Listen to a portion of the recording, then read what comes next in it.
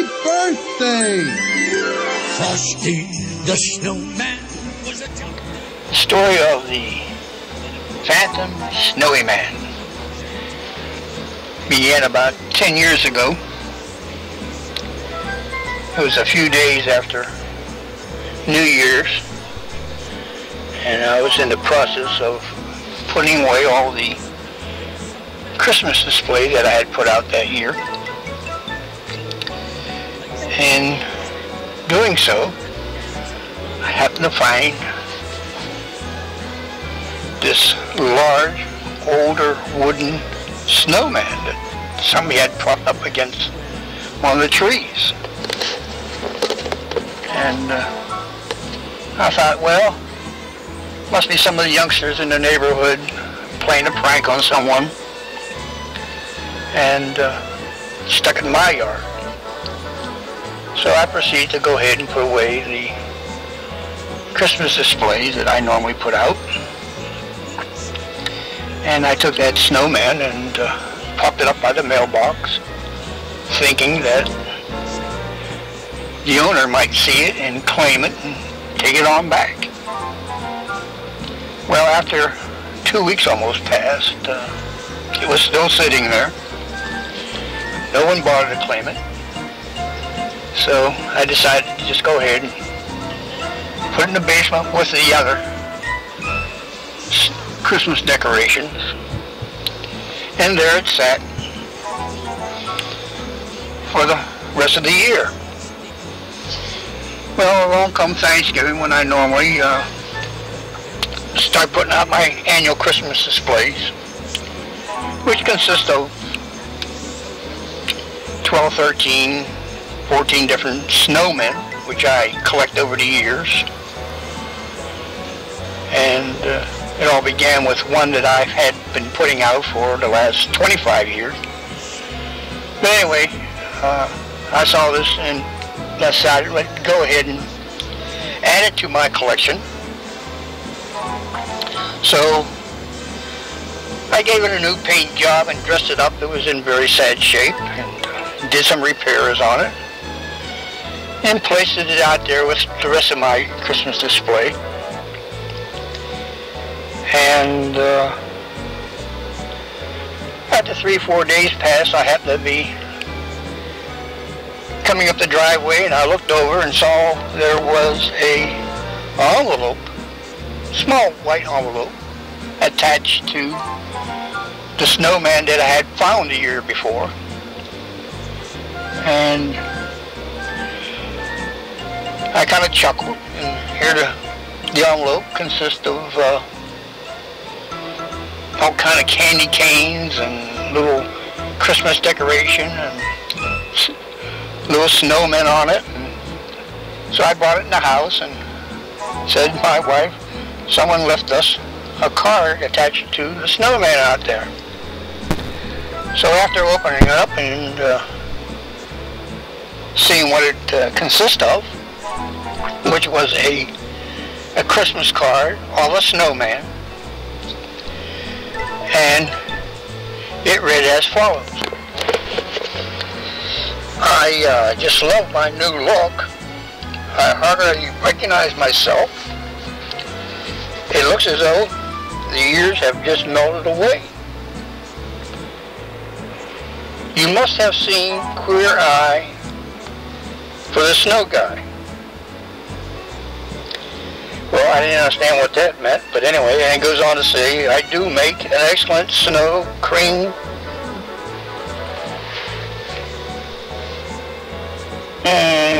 parlay. And it goes on to say, thanks again for my new makeover. You did a wonderful job. Signed, sincerely, Sammy the Snowman. My wife Carol and I both got a big laugh at the card, and we were trying to figure out who could have possibly left it there. Well, neither one of us had an answer, and we just said, well, it could be anybody. after giving it some thought, I said to my wife, it has to be the previous owner of the snowman that I put out there.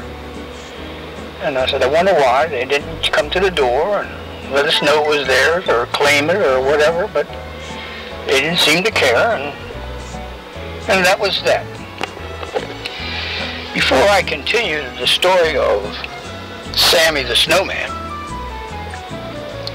I should give you some background of my annual Christmas display,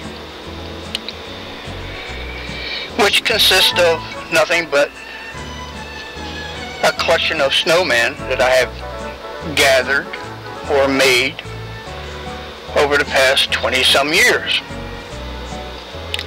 And it all started back with my main star, the highlight of the Christmas display, which I put out every year, which is a 3-foot styrofoam snowman with a very, very happy face,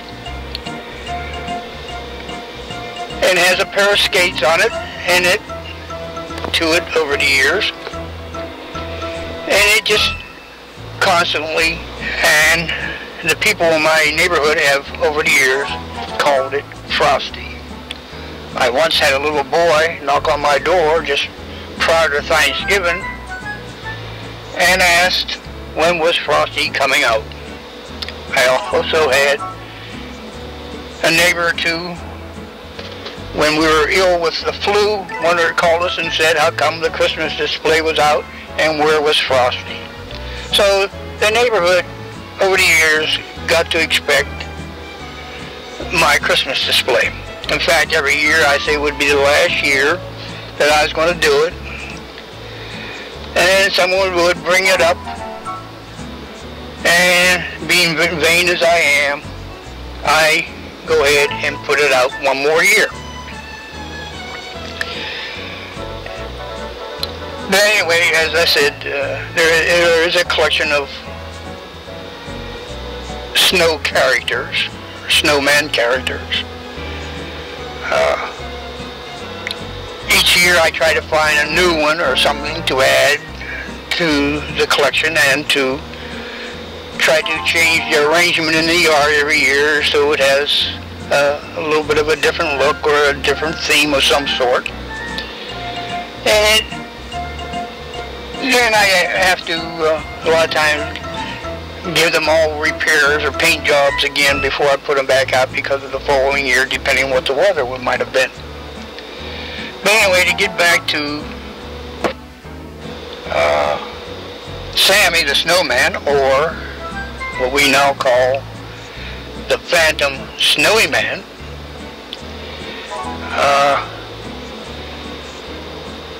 it continued on again, just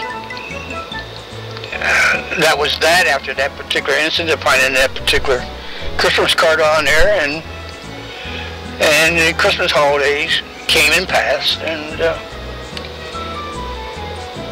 another year went by, and we again went with our annual putting out the snow people and whatnot, and now it's a year right at the turn of the century, 2000, and we put them out, and wasn't before long I had to find another Christmas card attached to Sammy the Snowman. And the family and I, we all got a big chuckle on it. We began to wonder, who could this person be? Who is coming? When are they coming into the yard and attaching this Christmas card to the snowman without ever being seen?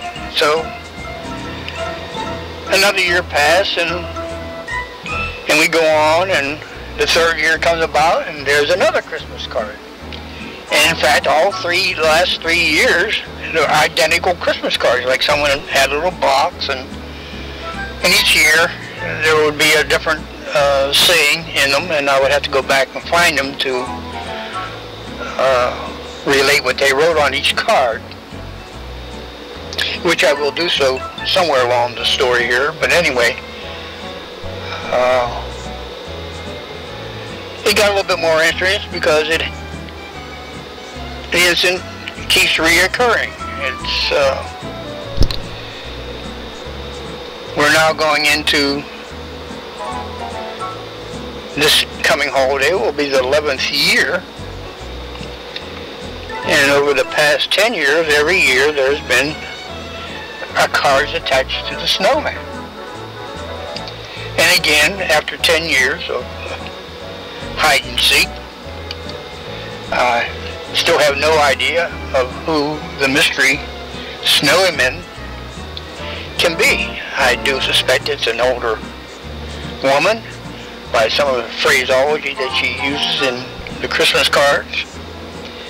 And you can determine that yourself when I get around to reading each and every one in the story. Happy birthday! Frosty the Snowman was a jolly happy soul, with a corncob pipe and a button nose and 2 eyes made out of coal. Frosty the Snowman, it's a fairy tale they say. He was made of snow, but the children know how he came to life one day. There must have been some magic in that old silk hat they found.